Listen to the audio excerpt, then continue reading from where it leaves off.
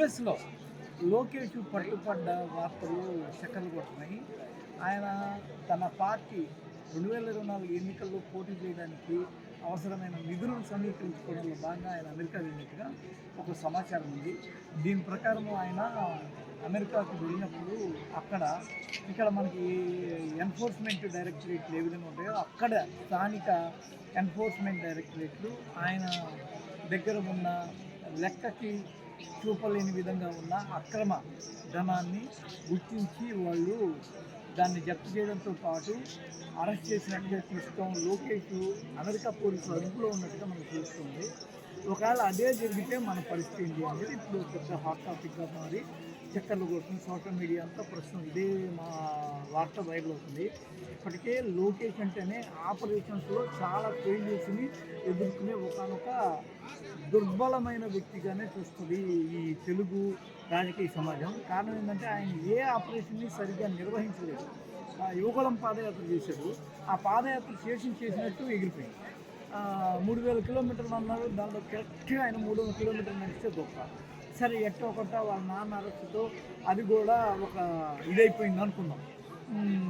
కొట్టుకుపోయింది. దానిలో ఉన్న లోపాలు తప్పులు అవన్నీ కొట్టుకుపోయి ఎట్టకేలకు ఒక విజయోత్సవ సబ్జెక్ట్ మా లోకేష్ పెద్ద నాయకుడు అయ్యాడు. ఆయనకి పాదయాత్రకి ముందు తర్వాత చాలా తేడా ఉందని ఆహా ఊహో అని చెప్పేసి ఒకటే ఆహాకారాలు చేశారు తెలుగు తమ్ముళ్ళు. కట్ చేస్తే ఇప్పుడు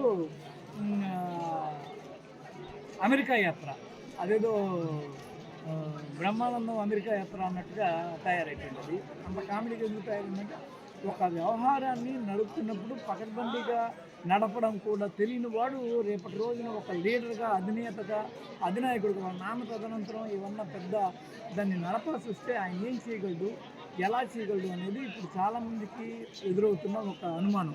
ఇదే కానీ నిజమైతే ఈ లోకేష్ అమెరికా యాత్రలో ఈ విధంగా స్థానిక పోలీసులకి పట్టుబడ్డం నిజమైతే ఈ ఎన్నికల పుణ్యకాలం పూర్తయిపోతాం.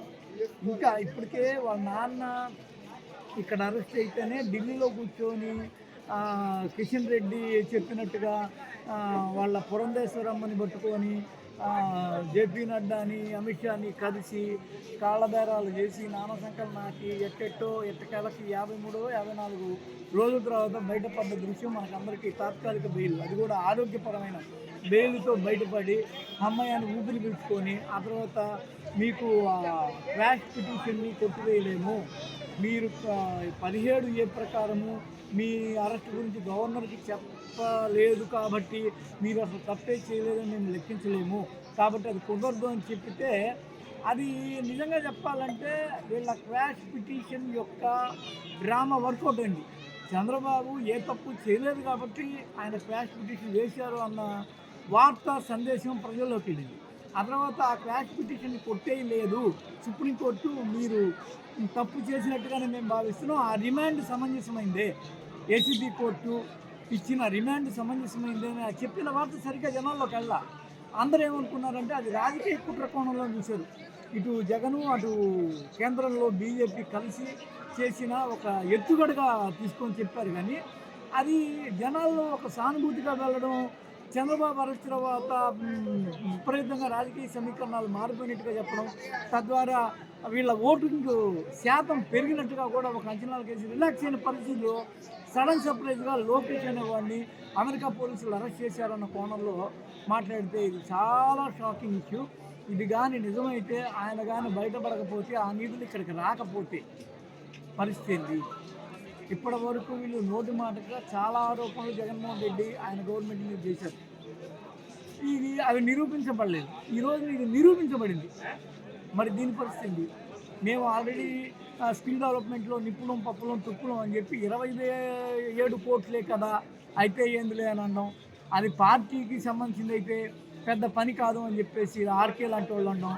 అవినీతి కొద్దిగా అయితే పర్లేదని పవన్ కళ్యాణ్ లాంటి వాళ్ళు చెప్పడం, ఆ తర్వాత వాళ్ళ కమ్మ సామాజిక వర్గం నుంచి కూడా ఏముందిలే అన్ని పార్టీల్లో జరిగేదే అని జనరలైజ్ చేయడం, ఇవన్నీ చేసి ఈ రోజున అవినీతిని వాళ్ళు టీడీపీ చంద్రబాబు చేస్తున్న అవినీతిని తక్కువ చేసి చూపించే క్రమంలో ఇప్పుడు ఈ రోజున అమెరికాలో భారీ ఎత్తున పెద్ద ఎత్తున డబ్బులు తరలిస్తున్నట్టుగా పట్టుబడ్డము అనే ఈ వార్త అనేది రేపటి రోజున టీడీపీ క్యారెక్టరు అది చేసే అవినీతిమయమైన రాజకీయాల జనాల్లోకి బాగా విస్తృతంగా వెళ్ళే పరిస్థితి కనిపిస్తుంది.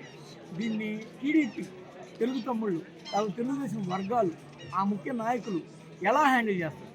మొన్నేమో చంద్రబాబు తండ్రి లోపలికి వెళ్తే సానుభూతి అన్నారు. ఈరోజు మళ్ళీ వ్యవస్థను మేనేజ్ చేశారు అన్నారు.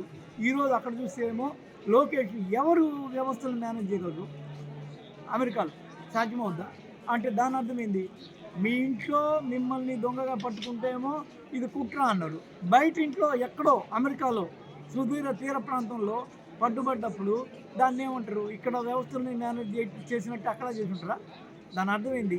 దీనికి టీడీపీ నుంచి వచ్చే ఆన్సర్ ఎలా ఉంది అనేది ఇప్పుడు హాట్ టాపిక్గా మారింది. That's it.